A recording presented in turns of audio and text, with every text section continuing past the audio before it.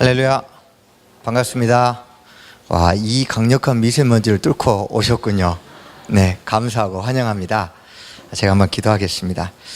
사랑하는 주님, 오늘도 우리 주님이 보고 싶고 또 우리 주님과 함께하는 시간을 갖고 싶고 우리 주님 우리에게 말씀하신 거 듣고 싶습니다. 우리 주님 더 사랑하고 싶습니다.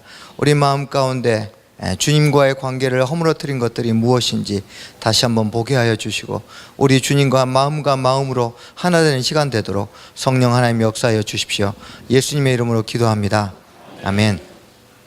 한 형제가 이혼 상담을 요청해 왔습니다. 그래서 왜 이혼하려고 하냐 했더니 성격 차가 너무 크답니다. 그래서 아니 성격 차 없는 부부는 없을 텐데 하고 이야기를 하면서 이제 여러 가지 권면을 해줬는데요. 여러분, 성격차는 한마디로 말하면 갈등이잖아요. 갈등은 좋은 걸까요? 나쁜 걸까요? 갈등이 좋은 거예요. 네. 앞으로 제가 여러분의 가정에 많은 갈등이 있도록 축복 기도해 드리겠습니다. 사실 갈등 자체는 나쁜 건데 갈등은 가치 중립적이죠. 이 갈등을 내가 어떻게 사용하느냐, 활용하느냐에 따라 이게 기회가 될 수도 있는 거죠. 그래서 이 죄는 하나님과 인간 사이의 갈등이 표면적으로 드러난 겁니다.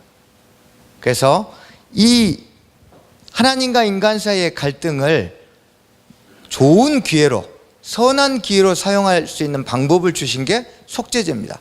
그래서 오늘 속죄제를 통해서 하나님과 나 사이의 갈등들, 일그러진 관계들, 깨어진 마음들을 어떻게 하면 풀고 그 마음이 하나 될 수 있는지 그런 관점들을 살펴보는 시간 갖겠습니다. 속죄제는 여러 5대 제사 중에 제일 복잡합니다. 근데 실제적으로 종류가 좀 많아서 그렇지 크게 나누면요, 여기 보시면 지금 제사장과 회중이 있죠. 한번 따라해 보시겠습니까? 태우는 속죄제. 네. 그리고 족장, 평민, 빈민, 극빈자, 먹는 속죄제. 네, 이렇게 크게 두 가지로 나뉩니다. 희생 제물로 드리고 남은 고기를 태우느냐 아니면 제사장이 먹어 치우느냐, 목적은 하나입니다. 없애는 건데 다만 방법이 제사장과 회중은 태워서 없애고 죄를, 족장부터 극빈자는 먹어서 없애는 것일 뿐 중요한 것은 단 하나도 남김없이 싹 먹든지 태우든지 해서 없애야 합니다. 총 6가지의 속죄제는 크게 태우는 속죄제와 먹는 속죄제로 나뉩니다. 또 하나 특별한 특이사항이 있다면 피 뿌리는 방식과 제사장과 회중의 속죄제만 내성소 안으로 제사장이 이 피를 가지고 입장합니다.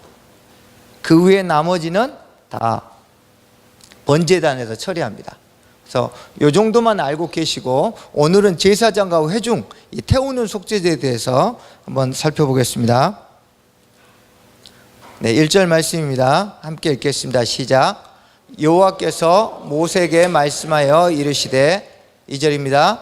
이스라엘 자손에게 말하여 이르라.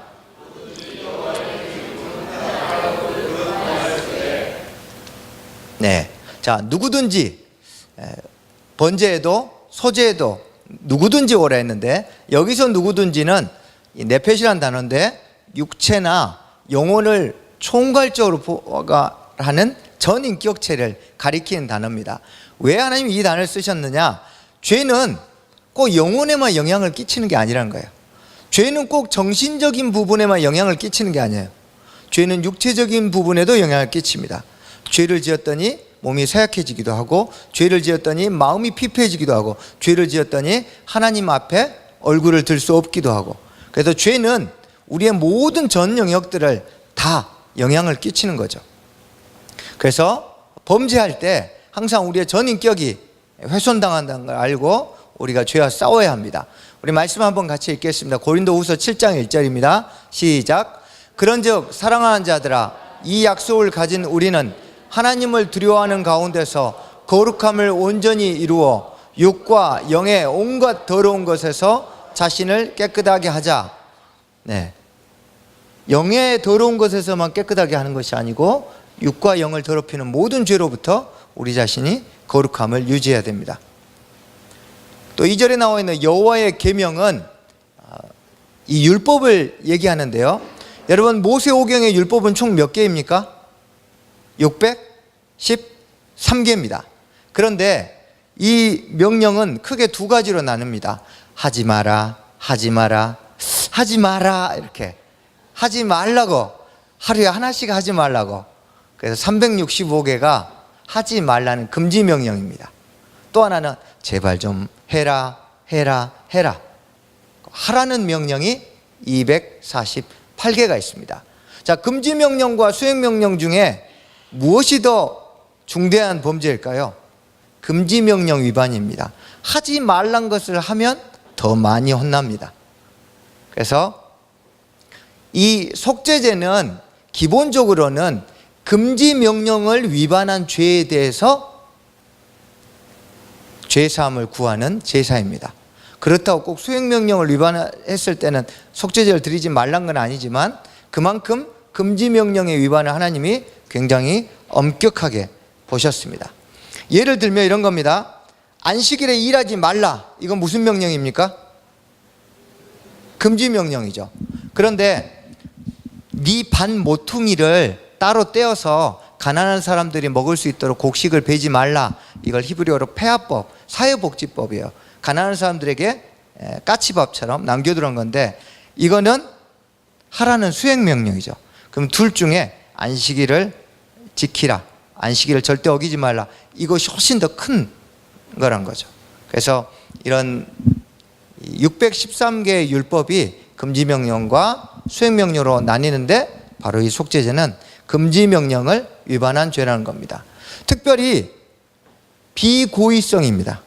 그러니까 고의적으로 금지명령을 어기면 속죄제를 드릴 수 있을까요? 없을까요?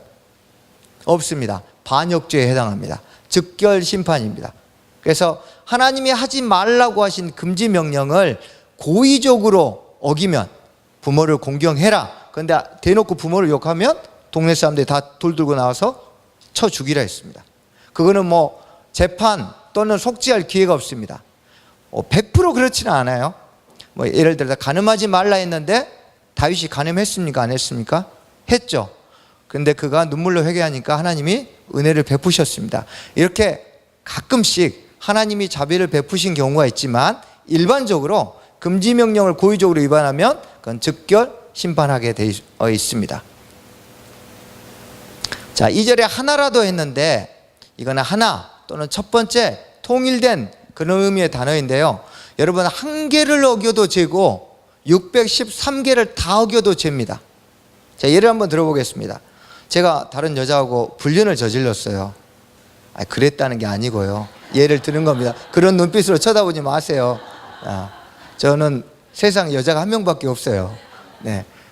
그런데 제가 결혼식 서해 갈 때 저희 아내하고 내가 이것도 해주겠다, 당신이 이렇게 사랑해 주겠다, 막 여러 가지를 약속했어요. 그리고 났는데 제가 딴 여자를 만나는 걸 저희 아내가 봤어요. 당신은 어떻게 그럴 수 있어? 근데 제가 그 많은 약속 중에 내가 하나 어겼잖아, 이렇게 말할 수 있나요? 네, 귀싸대기 맞겠죠? 절대 안 되죠. 우리는 죄를 잡고 경중으로 따집니다. 내가 이번 주는 죄를 얼마 정도 적게 지었나? 지난주는 내가 죄 되게 많이 지었는데 이번 주는 그래도 절반이야, 괜찮아. 이런 식으로 자기가 죄 지은 분량을 가지고 하나님 앞에 떳떳하게 나가려고 해요. 죄는 한 개를 어겨도 죄고 전체를 어겨도 죄입니다. 이게 바로 하나라도 어기면 하나님께 나오라는 의미에서 찾아볼 수 있습니다. 자, 2절에 그릇 범하였으되라고 했습니다. 이게 바로 비고의성입니다. 자기가 속죄제를 드리는데 제사장에게 이건 내가 정말 실수였어요 하고 비고의성을 증명하고 속죄제를 드리러 나와야 합니다. 그래서 이 부분이 분명하게 하나님 앞에 정직하게 자기의 실수인 것들이 드러나는 겁니다. 또 하나, 이 민수기에 보면 여호와를 비방하거나 말씀을 멸시하거나 명령을 파기했다 했습니다. 무엇을요? 금지 명령을 고의적으로 어기는 것은 누구를 욕한 거예요?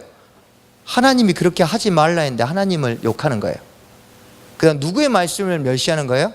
부모를 공경하는데 공경하지 않는 건 부모님을 멸시하는 게 아니라 하나님이 하지 말라고 한 하나님의 말씀을 멸시하는 거예요. 누구의 명령을 파기하는 거예요? 하나님의 명령을 파기하는 거예요. 그래서 고의적인 죄는 용서가 없었습니다. 자, 신약은 고의적 범죄에 대해서 좀 훨씬 더 쉽게 봐줄까요? 신약도 엄청나게 엄격합니다. 로마서 6장 1절에 보면 은혜 아래 있으니 더 죄를 지을 수 없다고 얘기했습니다. 또 율법은 제가 이 얘기를 하나 해드리겠어요. 제가 이제 교회에서 이렇게 생활하다 보면 은혜를 받으려고 죄를 더 짓는 경우가 많습니다. 예를 들면 불법적인 소프트웨어를 쓴다든가, 또는 교회에서 예전엔 그런 거 많이 했죠. 저희 찬양집 한 권 사가지고 교회 50권 복사하고 이런 거. 아니, 은혜로운데 이게 뭐가 문제야 이렇게 얘기하는데 그 곡을 만든 사람은 어떻게 되겠어요? 그러니까 실제로 우리의 삶에 찾아보면요, 은혜롭게 한다는 목적을 가지고 불법을 행하는 경우가 많습니다. 하나님 이거 옳지 않게 여기신. 은혜가 결코 불법을 정당화할 수 없는 거예요. 그래서 로마서 6장 같은 경우 신약에서 대표적으로 고의적인 범죄가 하나님 앞에 기쁘게 받아들이지 않는다는 것을 이야기하고 있습니다. 여러분, 율법은 구원받기 전에 주어진 겁니까? 구원받은 후에 주어진 겁니까? 율법 언제 주어졌습니까? 구원받기 전에 주어졌습니까? 후에 주어졌습니까? 후에 확실하죠? 네. 다음부터는 대답하지 마세요. 저한테 레위기를 한번 하셨거든요. 네. 다른 분들에게 기회를 주셔야 합니다. 시내산에서 율법을 받기 전에 하나님께서 유월절 사건을 통해서 구원을 주셨어요. 출애굽 홍해에서 나오면서 건짐을 받았어요. 그리고 율법을 주셨습니다. 그러니까 율법은 구원받기 위한 조건입니까? 아니면 구원받은 이후에 감사함으로 순종해야 될 수단입니까? 후자라는 거예요. 이 순서만 봐도 우리 신약에도 복잡하게 갈라디아서 이렇게 로마서 안 해도 순서만 봐도 율법은 우리가 거룩함을 유지하기 위한 울타리 역할이라는 거예요. 그럼 우리가 무언가를 막 더 열심히 해야 하나님이 나를 사랑하는 것처럼, 내가 뭔가 이번 주는 좀 덜 섬겼으면 하나님과 거리감이 생긴다든지, 이건 굉장히 율법주의에 찌드신 분들이에요. 그래서 아무것도 하지 않아도 뻔뻔하게 하나님께 감사하게 나오시고 나의 어떠한 것과 상관없이 하나님의 사랑을 구해야 합니다.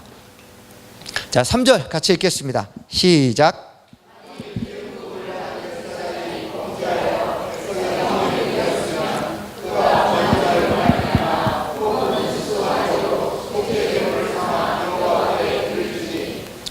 네, 만일 했는데요, 2절은 속죄제를 드려야 하는 이유에 대해서, 사유에 대해서 이야기했다면 3절은 이제 속죄제를 드리는데 각각의 신분에 따라 어떤 종류의 속죄제를, 어떤 제물을 가지고 드릴 것인지를 이제 설명하기 위해서 예를 드는 겁니다. 자, 만일 제사장이, 만일 평민이, 이런 식으로 각각의 상황들을 항상 말씀드렸죠. 이거 지금 아직 제사 지내기 전에 시내산에서 좀 받은 거예요. 성막 짓기 전에.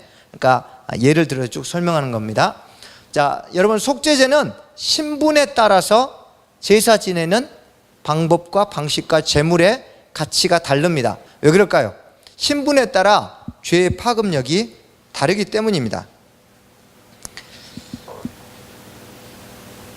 이 사회적 위치에 따라 똑같은 죄를 지었는데도 그 사람의 위치에 따라 파급 효과가 다르죠. 대통령이 짓는 죄하고 일반 서민이 짓는 죄하고 그 같은 죄라도 대통령이 죄를 지으면 대한민국이 들썩거리겠죠. 이런 파급 효과에 대해서 성경도 인정하는 겁니다. 기름 부음 받은 제사장은 기본적으로 성경에서 대제사장을 가리킵니다. 근데 오늘 본문에선 일반 제사장들까지 포함시켰습니다. 자, 백성의 허물이 되었으면, 성경의 허물이라는 단어는 이 죄책이라는 단어입니다.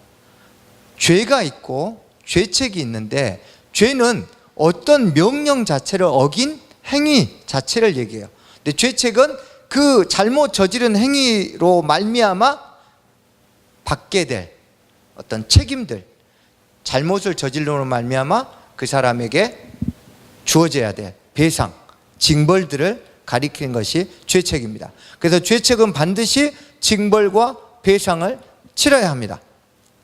여기서 바로 예수님이 십자가 지시고 고난받으신 이유가 있는 거예요. 그냥 용서할 수가 없는 거예요. 왜요? 죄의 책임을 반드시 누군가가 져줘야지만 그 사람의 죄가 용서받음과 동시에 죄로 인한 결과도 그 사람에게 가지 않기 때문입니다. 개역 개정을 보면 죄를 지다 이렇게 번역들이 많이 되어 있는데 죄를 짊어지다, 지다 이렇게 번역된 건 대부분 죄책입니다. 그 죄를 짓고 난 후에 결과도 그 사람이 책임져야 된다 할 때 이렇게 번역했습니다. 자, 백성의 허물이 되었으면 해서 이 제사장의 범죄와 백성의 범죄를 서로 연관시켰습니다. 제사장이 죄를 지었는데 왜 그 허물을 백성에게서 요구할까요? 이상하지 않습니까?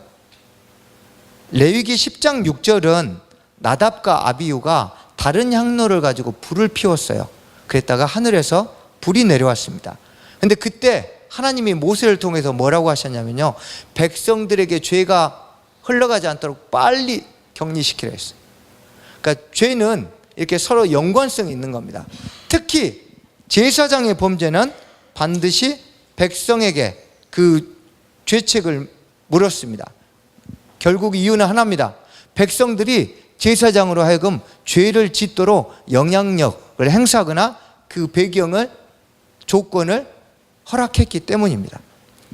제사장과 백성 사이에 이 죄의 연관성에 대해서 출애굽기 32장은 금송아지 사건을 가지고 명백하게 우리에게 이야기합니다. 1절에 보면 모세가 올라가고 나서 이스라엘 백성들이 아론에게 무엇을 만들라고 했습니까? 우리를 인도할 신을 만들라 했어요. 그런데 왜 우리를 인도할 신을 만들어야 했는데 송아지가 나왔을까요? 고대 근동 지역에서는 각 국가마다 국가의 신이 있어요. 그리고 각 지역마다 지역의 신이 있어요. 민족의 신이 있어요. 이집트에도 여러 신들이 있었는데 그 중에 멤피스라는 주에서 가장 사람들이 우상으로 잘 섬겼던 신이 황소신이에요. 그런데 이 멤피스의 주신이었던 황소신이 이집트 전역에 있었던 지역의 신들 중에 인기가 최고 많았어요. 그래서 이집트에서 430년 동안 지내면서 항상 이 황소에게 제사 지내고 송아지에게 숭배하는 것들에 익숙해져 있었기 때문에 우리를 인도할 신을 내라 하니까 바로 누가 금송아지를 만들라고 말하지도 않았는데 바로 금송아지를 만들어 온 거예요. 백성이 지도자인 아론에게 죄를 짓도록 요구한 겁니다. 그런데 실제로 금송아지는 누가 만들었습니까? 아론이 만들었잖아요. 그러면 아론이 벌 받아야 되잖아요. 근데 누가 벌 받습니까? 출애굽기 32장 28절에 보면 백성이 3,000명 죽었어요. 아론은 안 죽었습니다. 하나님은 리더의 죄에 대해서 백성들에게 그 책임을 물으셨어요. 왜요? 그 원인을 제공했기 때문입니다. 현대 교회도 마찬가지입니다. 리더의 죄는 교인들에게 영향을 받는 거예요. 사역자가 어떠한 죄를 지을 때 혼자만의 죄도 있지만 영향을 주는 것들이 있습니다. 목회자가 바른 복음을 가르치지 않으면 성도들은 어떻게 되죠? 갈수록 타락하겠죠. 그래서 목회자가 성도를 범죄하게 영향을 끼치는 거예요. 또 반대로 자꾸 죄에 대해서 설교하니까 너무 싫어가지고 죄에 대해서 설교하지 말라고 막 목회자를 압박해요. 그럼 목회자는 어떤 마음이 들까요? 또 이번 주 죄에 대해서 설교하면 3명 떠나겠구나. 자꾸 교인이 줄어들 걸 생각해서 압박이 들어가지고 바른 복음을 못 전하겠죠. 서로 이렇게 연관이 되면서 교회의 힘이 점점 약화되는 거예요. 제가 이번 주 월화 대전의 한 교회에서 이 직분자 수련회가 있어서 말씀을 전해달라 해서 갔는데 한 달 전에 이제 요청이 들어왔습니다. 근데 요청을 할 때 이 교회 담당 사역자가 저에게 설교해달라고 이야기하고 그 외에 아무 조건도 얘기하지 않았어요. 그래서 제가 너무 마음이 기뻤어요. 어떤 교회들은 우리 교회가 지금 이런 상태인데 꼭 이런 식으로 해서 이렇게 말씀을 전해 주셔야 합니다. 그래서 제가 저를 왜 부를까요? 그런 생각이 들어요. 속으로. 그냥 본인이 하시지. 그렇게 하고 싶은 말을 나를 돈 주고 들여서 하고 싶은 거예요.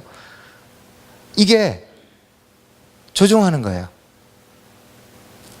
그래서 저는 개인적으로는 뭔가 말씀이나 이렇게 부탁받을 때 이번에 좀 좋은 말씀 아시겠죠? 이런 거 되게 싫어합니다. 아니, 좋은 말씀은 어디 있고 나쁜 말씀은 어디 있어요? 하나님이 주신 말씀이면 다 좋은 말씀이지. 그래서 성도들 안에도 자꾸 말씀을 컨트롤하려고 하는 이 유혹을 기도해야 됩니다. 또 목회자들도 자꾸 말씀으로 인정을 받거나 또는 교인수를 증가시키려고 하는 이런 유혹들이 항상 존재합니다. 그래서 서로에게 선한 영향력을 끼칠 수 있도록 이런 아름다운 관계를 갖는 것, 이것이 바로 제사장과 백성 사이의 죄와 죄책의 연관성이 오늘날 적용할 수 있는 원리입니다. 갈라디아서 2장 12절에서 13절 한번 같이 읽겠습니다. 한번 찾아보시죠. 갈라디아서 2장 12절에서 13절.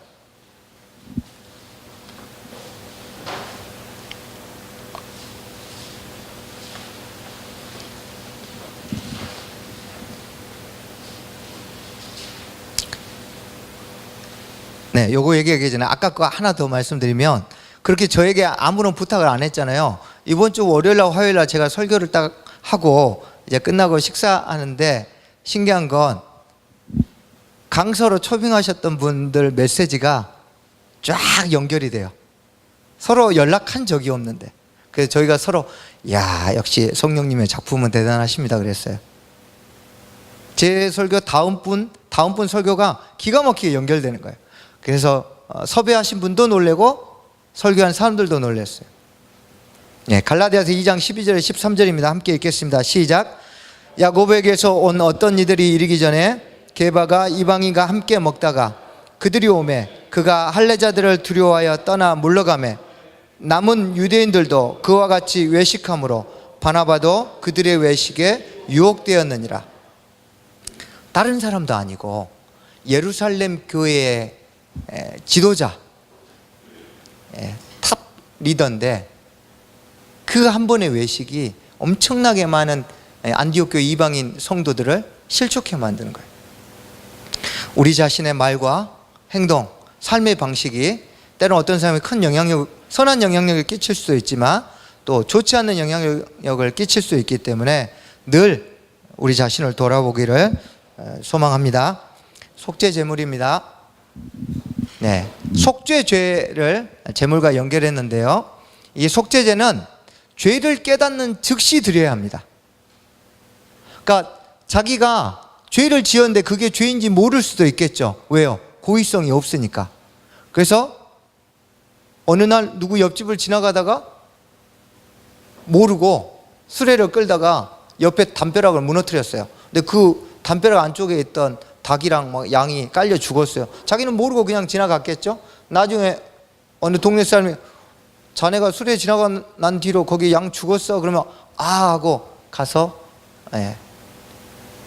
양이 죽었으니까 속건제를 드리고 또 그로 인해서 속죄제를 드리는 거예요. 사람이 다쳤어도. 그래서 그것을 발견한 즉시, 깨닫는 즉시 드리는 게 속죄제입니다. 자, 번제는 간략하게 말하면 나의 죄성, 나의 기본 죄인됨을 사함받는 효과가 있다면 속죄제는 내가 지은 구체적인 죄들, 그래서 자범죄를 사함받는 효과가 있다고 학자들이 많이 추정합니다. 그 다음 스가랴서 13장 1절 같이 한번 찾아서 읽어보겠습니다. 스가랴서 13장 1절입니다.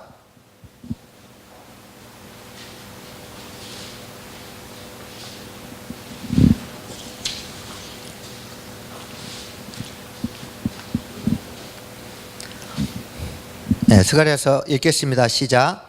그날에 죄와 더러움을 씻는 셈이 다윗의 족속과 예루살렘 주민을 위하여 열리리라. 거기에 뭐라고 했나요? 죄와 더러움. 아니 그냥 죄만 씻으면 되지, 아니면 더러움만 씻으면 되지, 왜 두 가지를 다 했을까요? 죄, 실제 지금 그 죄 자체, 더러움, 죄책. 그래서 반드시 우리에겐 죄도 해결받아야 되고 죄책도 해결받아야 돼요. 근데 그날의 죄와 더러움을 씻긴다 했어요. 그날은 예수 그리스도께서 십자가에 달리신 날입니다. 스가랴가 앞으로 오실 메시아 예수 그리스도를 통해서 이룰 속죄에 대해서 예언한 것입니다. 4절 같이 읽겠습니다. 시작. 수송아지를 회막문 여호와 앞으로 끌어다가 그 수송아지의 머리에 안수하고 그것을 여호와 앞에서 잡을 것이요.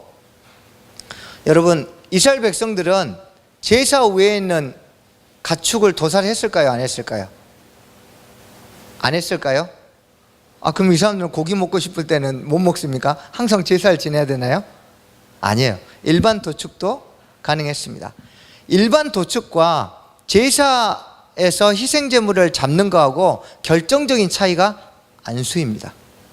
안수를 했으면 희생제물의 죽음이고, 안수를 안 했으면 일반 도살입니다. 자, 그러면 왜 안수를 할까요? 안수의 기능이 무엇일까요? 안수의 기능은 죄의 정가입니다. 보통 우리가 이제 생각하는 안수는 이렇게 머리에 가볍게 손을 얹는 거잖아요. 원래 이스라엘에서 안수는 이 가축이 있잖아요. 그러면 두 손 가지고 자기 체중을 실어서 이렇게 얹는 게 안수예요.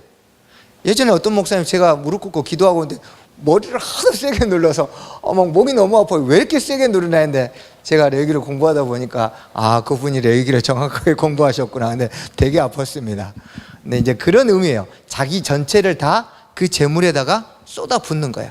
그러니까 안수는 그 행위 자체도 죄를 정가시키는 그 상징성이 있습니다.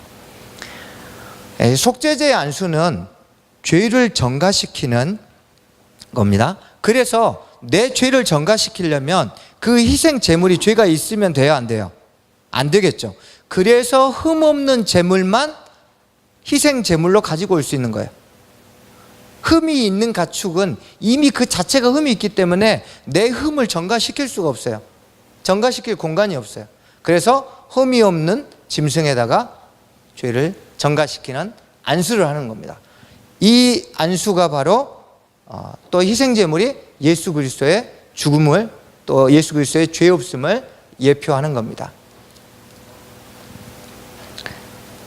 바울 사도가 로마서에서 예수 그리스도의 은혜로 우리의 죄가 십자가에 그리스도에게로, 그리고 그리스도가 십자가에 이루신 하나님의 의가 우리에게 쌍방간에 교차 전가된다고 주장했습니다. 로마서 4장 5절에 4장과 5장에 이 부분에 대해서 여러 차례 주장했는데, 바로 이 소위 말하는 죄의 정과 교리의 모델이 이 속죄제입니다. 그리고 그 핵심이 안수입니다.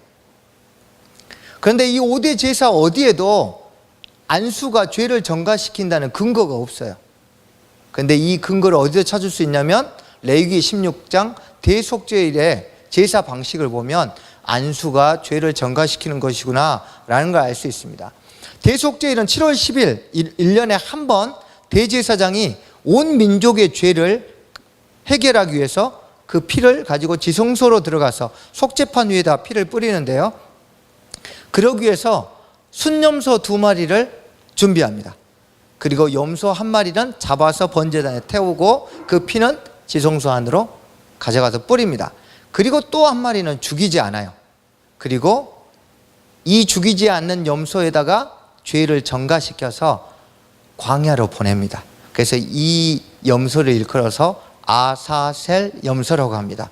이 아사셀이라는 단어에 대해서는 아직도 학자들 간에 이견이 많습니다. 낭떠러지 또는 광야, 귀신의 처소, 여러 가지 의견들인데, 지금 목회적으로 일반적으로 가장 많이 받아들여진 건 그 당시 사람들이 귀신이 어디 살았냐, 구약 시대는 귀신이 광야에 살았다고 여겼어요. 그리고 신약 시대, 예수님 시대 와서는 귀신이 변소에 살았다고. 그래서 바알세불 하면 변소의 주인, 화장실의 주인, 그런 뜻이거든요. 또는 똥파리의 왕. 왜요? 똥파리가 화장실에 있으니까. 그래서 실제 바알세불은 그 당시 똥파리의 왕, 그런 의미도 있었어요. 그러니까 그만큼 이제 레위기 16장의 이 아사셀 염소는 죄의 조장자였던 사탄이 머물고 있던 광야로 염소를 보내요. 근데 염소를 왜 보내요? 그냥 보낸다고 어떤 의미가 있어요? 이 아사셀 염소는 가면 절대 돌아오면 안 됩니다. 왜요? 이스라엘 백성의 죄가 진중으로 다시 돌아오는 것이 되기 때문에. 그래서 반드시 아사셀 염소를 가지고 간 사람은 염소가 돌아올 수 없는 데까지 한참을 광야에 끌고 가서 놓고 돌아옵니다. 그런데 이 염소가 똑똑한 놈이 가끔씩 걸려요.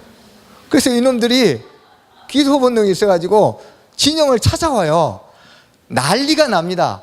대속죄일 제사가 순식간에 다 무효가 되니까. 그래서 이제 한 똑똑한 염소 때문에 규정이 바뀌었습니다.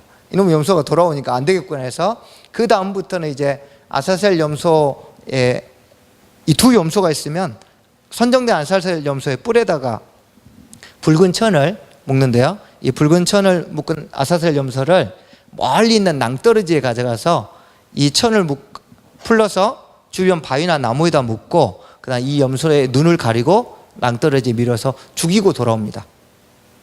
똑같은 거예요. 죄가 절대 돌아올 수 없게 만드는 거예요.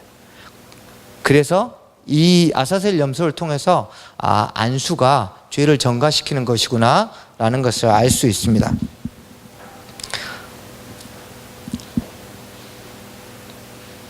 자, 신약 성경에서도 예수 그리스도에게 우리의 죄가 전가되는 속죄제를 배경으로 하는 말씀들이 몇 구절 있는데요. 그 중에 요한복음 1장 29절을 한번 읽어보겠습니다. 여러분 잘 아시는 구절인데요. 요한복음 1장 29절입니다.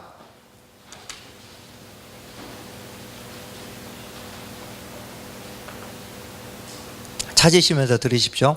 그 아사셀 염소를 낭떠러지에서 떨어뜨리면 붉은색 천이 흰 천으로 바뀝니다.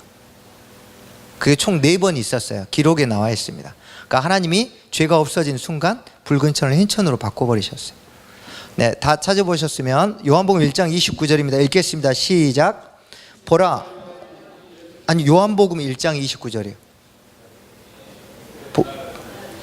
제가 9절. 보라, 세상 죄를 지고 가는. 맞죠? 네. 제가 끊었군요. 예, 읽어주세요. 시작.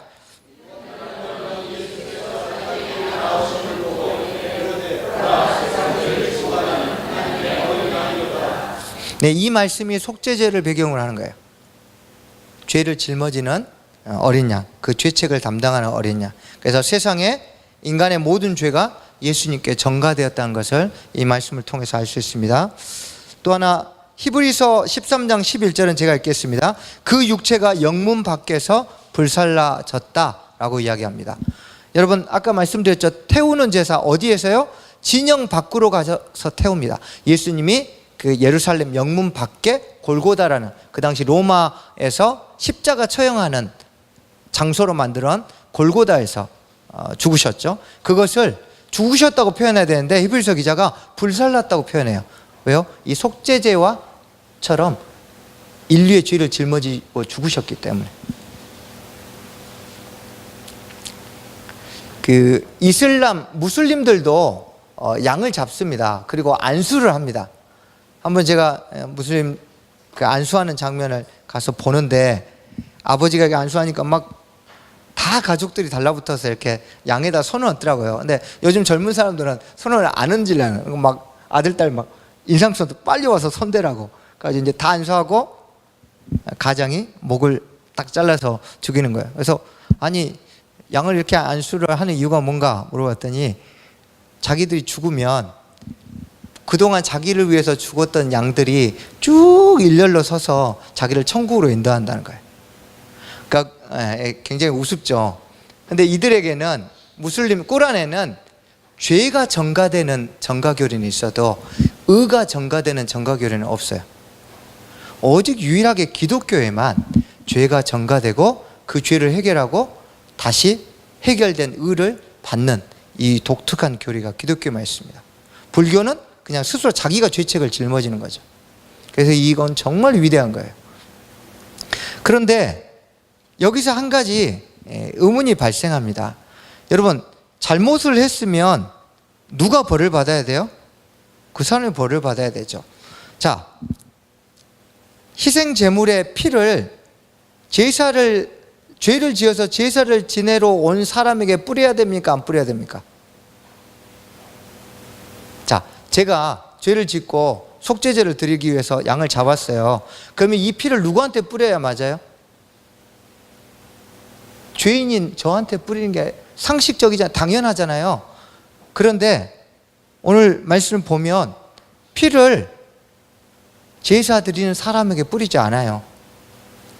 성소 안으로 가져가서 휘장에다가 뿌립니다. 그리고 향단 뿔에다 바릅니다. 왜 그랬을까요? 왜 죄는 제사 지낸 사람이 지었는데 피는 내 성소 안에다 뿌리고 바르는 걸까요? 바로 하나님과 이스라엘 백성이 언약 관계로 연결되어 있기 때문입니다. 하나님과 아브라함이 언약을 맺었어요. 그래서 하나예요. 아브라함이 죄를 지으면 하나님이 마음 아파하시고 하나님이 그것 때문에 슬퍼하신 거예요. 그래서 하나님과 관계가 깨지는 거예요. 인간을 사랑하고 싶은데 가운데 장벽이 생기는 겁니다. 하나로 연결되어 있어요. 자, 피를 뿌린다는 건 지금 더러워져 있어요. 오염되어 있어요. 그래서 이걸 정결케 한다는 거거든요. 그러면 성소가 왜 아무런 이유 없이 부정해지나요? 하나님과 언약으로 연결된 이스라엘 백성이 죄를 지으니까 그 지은 행위 때문에 성소가 하나님의 임재 장소가 더럽혀지는 거예요. 그래서 피를 제사 드리는 사람에게 뿌리지 않고 내 성소에다 뿌리는 겁니다. 그래서 하나님의 마음 불편했던 장벽들을 제거하고 나니까 하나님의 사랑이 이 사람에게 다시 흘러가는 거예요. 그래서 이 원리는 오늘날 우리에게도 동일하게 적용됩니다. 여러분, 예수님이 십자가 지셨습니까? 아멘. 여러분을 위해서 십자가 지셨습니까? 아멘. 그런데 예수님이 2019년 전에 십자가 지셨잖아요. 한국도 아니고 저 멀리 팔레스타인 이스라엘 땅에서.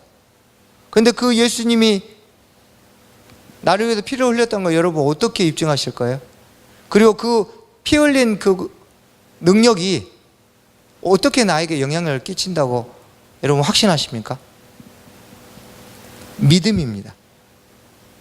구약은 언약으로 하나가 되어서 성소를 치유하니까 제사 지낸 사람이 정결하게 됐죠.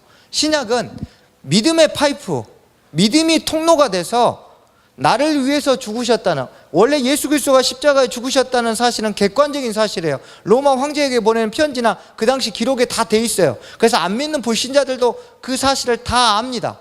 그런데 그것이 그 십자가 사건이 나를 위해 죽었다는 주관적인 십자가가 되는 건 오직 믿음으로만 가능해요.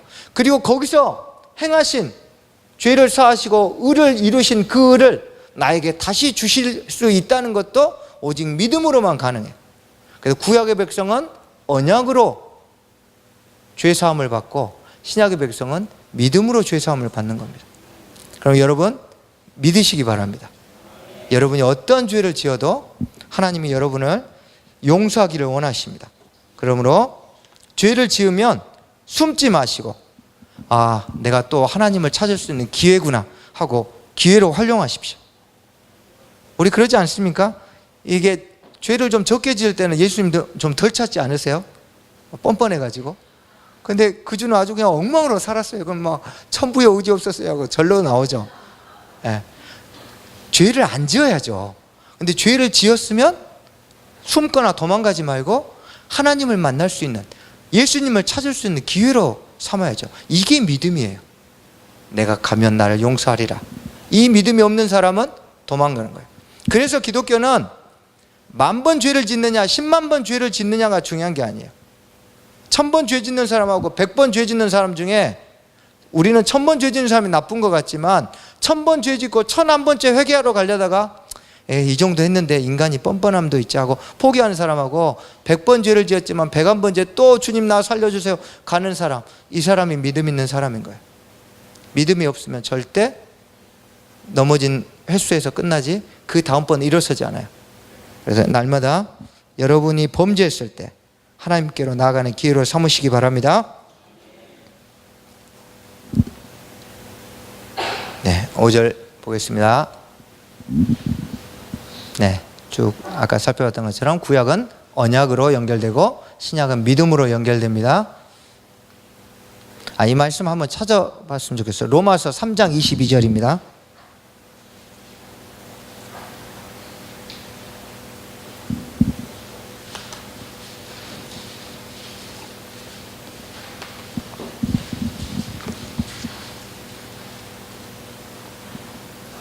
네, 다 찾으셨으면 읽겠습니다.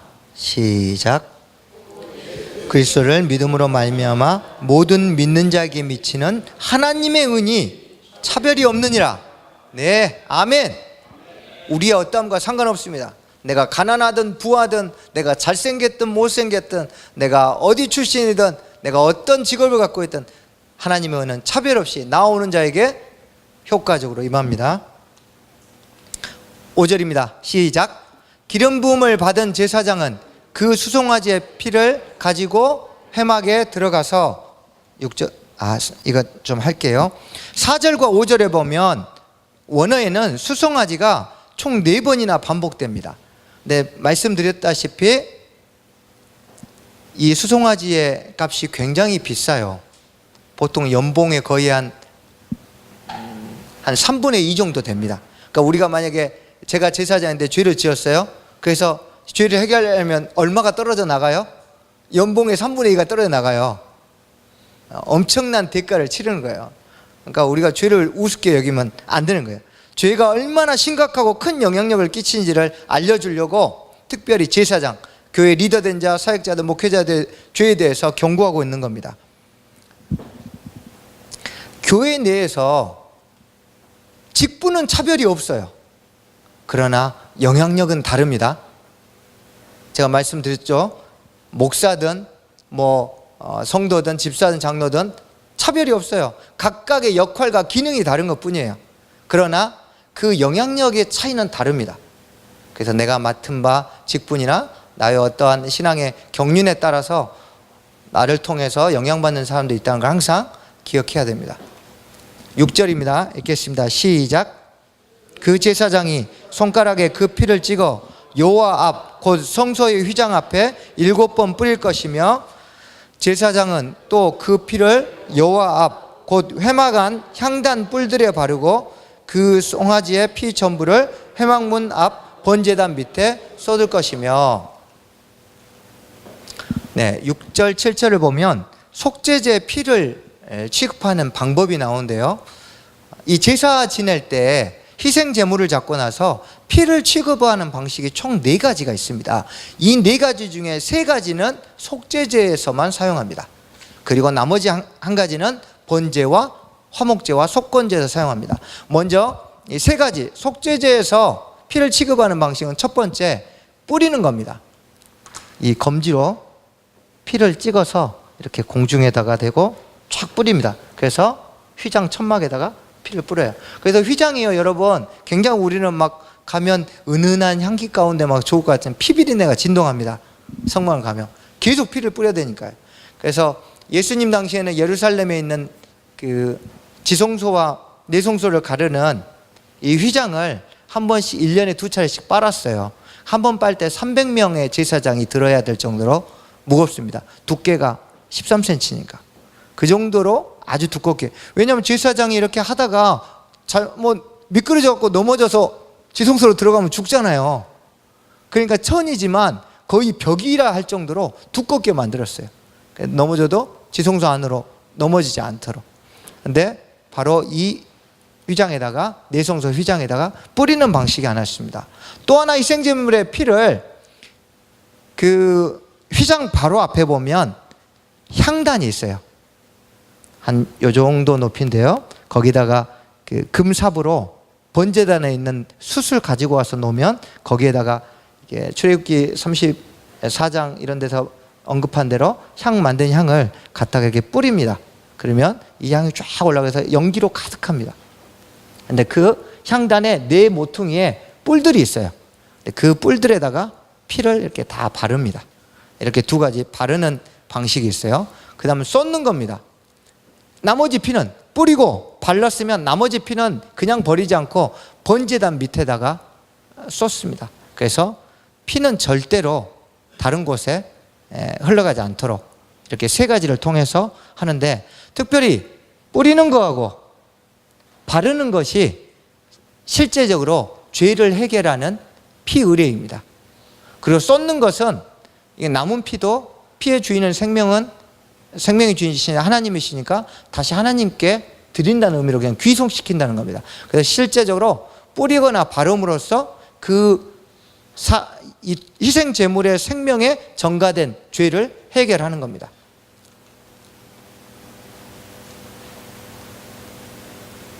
그 다음 번제와 화목제와 속건제는 죄를 취급하는 방식이 딱 하나입니다. 양푼 있죠? 사발에다가 그 제사 지낸 사람이 자기가 가져온 희생 제물에 목을 쳐서 피를 낼 때 제사장은 기다리고 있다가 양푼을 이렇게 쭉 들어서 피를 받아요. 그리고 이 양푼 피를 제단이 있으면 사방 벽면에다 쫙쫙 끼얹습니다. 그래서 이거는 번제를 드릴 때, 또 화목제를 드릴 때, 속건제를 드릴 때는 피를 끼얹게 됐습니다. 근데 이게 다음 게 안 나오네요. 이게 우리말 성경에는 그냥 뿌리다로 많이 번역되어 있어요. 그래서 여러분은 이제 기억하셔야 돼요. 이게 잘못 번역됐거든요. 그래서 번제나 화목제나 속건제에서 피를 취급하면 지금 이거 번제되나 피를 끼얹는 거구나 이렇게 딱 이해하시고, 그 외에는 다 속죄제에서 피를 바르거나 뿌리는구나 라고 이렇게 좀 구별하셔야 됩니다. 성소의 휘장, 아까 설명드린 것처럼 지성소와 내성소. 그래서 성소하면 이 전체를 다 하는데, 그 중에 1년에 한 번씩만 들어가는 지성소는 대속죄일 외에는 들어가지 못하기 때문에 성경에서 성소하면 레위기 16장 빼놓고는 대부분 내성소, 지성소 바로 앞에 있는 내성소를 의미하는 겁니다. 그리고 휘장은 분리하는 커튼, 천입니다. 8절부터 읽겠습니다. 시작.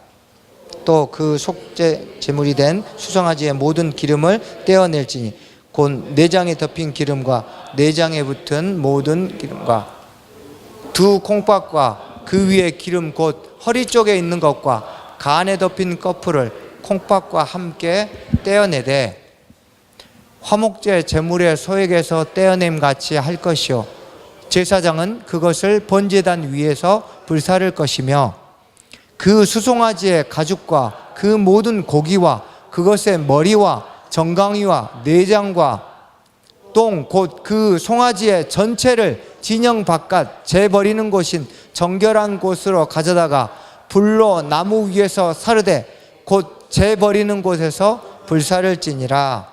아멘.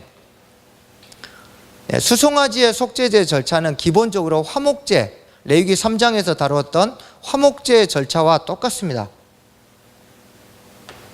단 차이점이 두 가지가 있는데요. 하나는 화제라고 표현하지 않습니다. 왜냐하면 화제는 하나님 기뻐 받아주세요 하고 감사나 충성이나 헌신의 의미가 들어있을 때 화제예요. 하나님이 연기를 음행하시고 그 마음을 기뻐 받으시니까. 그러나 이거는 죄를 해결하기 위한 제사이므로 화제라고 표현하지 않습니다. 다만 4장 31절에 보면 향기로운 냄새는 라고 이런 표현이 있는데 이거는 그렇게 번역이 되었을 뿐입니다. 자, 두 번째 화목제와의 차이는 결정적인 차이인데요. 기름만 번제단에 태우고 나머지는 진영 밖에도 전체를 다 태웁니다. 심지어 가죽까지도 태웁니다. 번제는 그 번제를 집례한 제사장이 가죽을 가져가지만 이 속죄제는 남김없이 싹 태워버립니다. 다만 태우는 장소가 기름은 번제단이고 나머지는 진영 밖일 뿐이에요. 왜 싹 태우라고 하셨을까요? 죄는 단 하나도 용납할 수 없어요. 죄는 단 하나도 한 터럭도 남길 수 없어요. 완전 해결돼야 돼요. 그래야 의인이 될 수 있기 때문에. 그래서 완전히 태우게 되어 있습니다. 또는 완전히 먹어치워야 됩니다. 그리고 다 못 먹으면 나중에 불살라 버려야 돼요. 그래서 남기면 안 되는 겁니다. 번제와의 차이점이 있는데요. 번제자는 제사장의 몫인 가죽을 제외하고 태우지만 속죄제는 다 태워서 하나님 앞에 온전히 드립니다. 또 하나, 번제는 각을 떠서 태웁니다. 각 뜨는 거 기억하시죠? 네, 다 관절과 관절, 살과 뼈를 다 바르는 건데 이 속죄제는 각을 뜨지 않아요. 그리고 통째로 태웁니다. 요 점이 번제와의 차이점입니다. 자, 또 하나 주목할게요. 이 속죄제에서 가장 핵심 중에 핵심이라고 할 수 있는 건데요. 콩팥을 하나님께 드리게 되어 있습니다. 여러분, 양 잡아보셨어요? 양을 잡아본 걸 보니까요, 이 기름하고 콩팥하고 분리가 안 됩니다. 완전히 악교풀로 붙여진 것처럼 붙여져 있습니다. 여러분, 집에서 우리 통닭 사와가지고 껍질 벗길 때도 얼마나 힘들어요. 그렇죠? 안 벗기시죠? 네, 요즘은 다 벗겨달라고 하니까. 옛날에 시골에서 닭 잡으면 껍질이랑 베개 안 벗겨졌는데, 양의 그 콩팥과 거기에 엉겨붙은 기름은 분리가 불가능해요.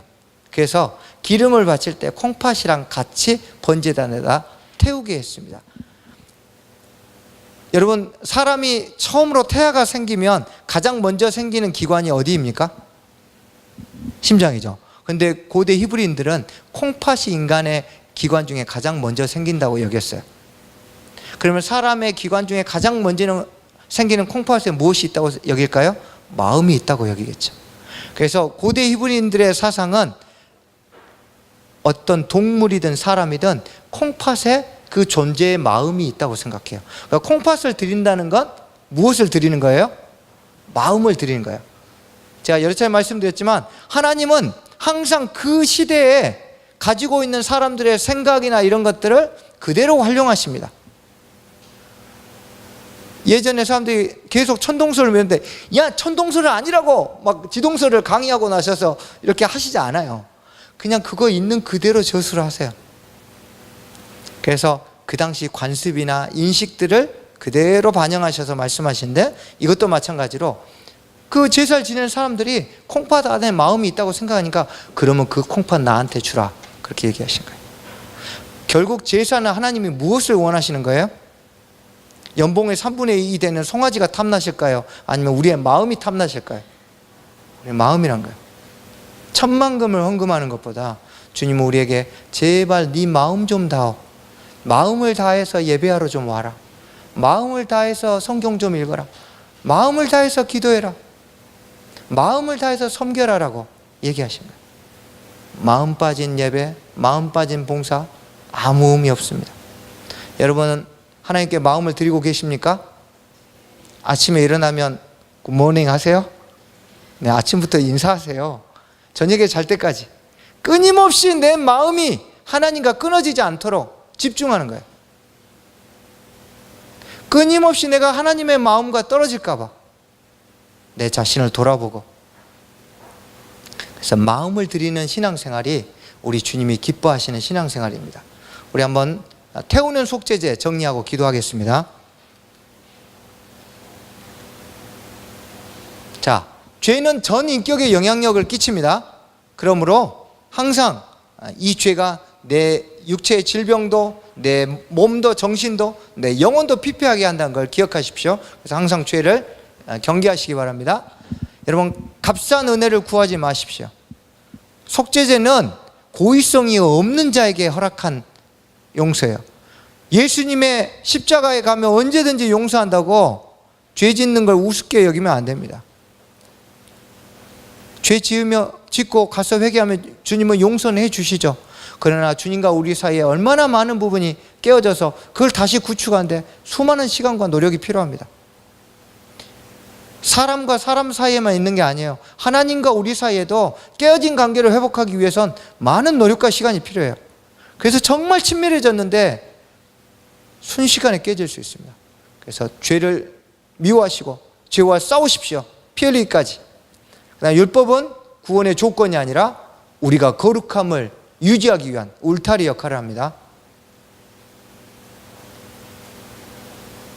속죄제에 대한 두 번째 적용은요, 죄책, 죄의 파급력을 경계하셔야 됩니다. 여러분, 목회자들에게 바른 복음을 요구하십시오. 예. 설교를 멋들어지게 했다고 칭찬하지 마시고 정말 복음적인 설교를 하게 해달라고 기도하십시오. 마찬가지로 설교자든 또 교회 리더든 성경적인 것들을 가지고 명확하게 이야기해야 됩니다. 그래서 목회자와 성도 사이에서 선한 견제가 아름다운 견제가 이루어지는 교회가 건강한 교회입니다. 마지막 세 번째 적용할 점은 십자가에서 이룬 의를 전가받으며 살고 있습니까? 주님이 십자가에서 이루신 의는 단순하게 그냥 내가 회개하면 죄 용서해 줌 그것이 아니에요. 우리가 하나님의 자녀로서 받아 누릴 수 있는 모든 것들이 거기에서 시작됐습니다. 그러므로 우리가 십자가를 묵상하고 주님이 거기에서 이루신 의, 그 안에 포함된 나를 향한 풍성한 축복과 나를 위해 계획된 것들을 계속 전가받으면서 살아야 돼요. 그래서 몸은 이 땅에 살지만 내 영혼과 삶은 하늘의 무한한 자원을 끌어다 쓸 수 있는 자, 그것이 바로 옛것과 새것을 마음대로 꺼내오는 천국의 서기관 서기관과 같은 사람들이 되는 거예요. 그래서 여러분 십자가에서 이룬 천국의 자원들을 계속 기도하며 내게 전가시켜서 그것들을 삶에서 사용하시길 바랍니다. 믿음으로 십자가와 하나 되는 사순절 되시길 축복합니다. 오늘이 그 시작입니다. 오늘 사순절 첫날인데요. 이건 교단이나 이런 걸 떠나서 예수님이 이제 본격적으로 우리를 위해서 속죄제 제물 되기 원하셔서 예루살렘 도성으로 첫걸음을 출발하신 이 사순절에 우리가 다시 한번 우리를 돌아보고 십자가를 묵상하며 하루하루를 살아가시길 축복합니다. 십자가 보혈을 우리 영혼의 인방과 문설주에 바르고 우리 가정과 교회와 직장에 바르십시오. 그래서 여러분 직장에 출근하시면 직장 딱 들어가는 순간 예수 그리스도의 보혈로 어느 회사에 바릅니다. 주님 보혈의 능력을 부어주십시오. 또 가정에서도 자녀들을 위해서 계속 그리스도의 보혈의 능력이 가족 구성원들의 영혼 가운데 능력 있게 나타나도록 기도하십시오. 보혈의 능력은 실제적입니다. 같이 기도하겠습니다.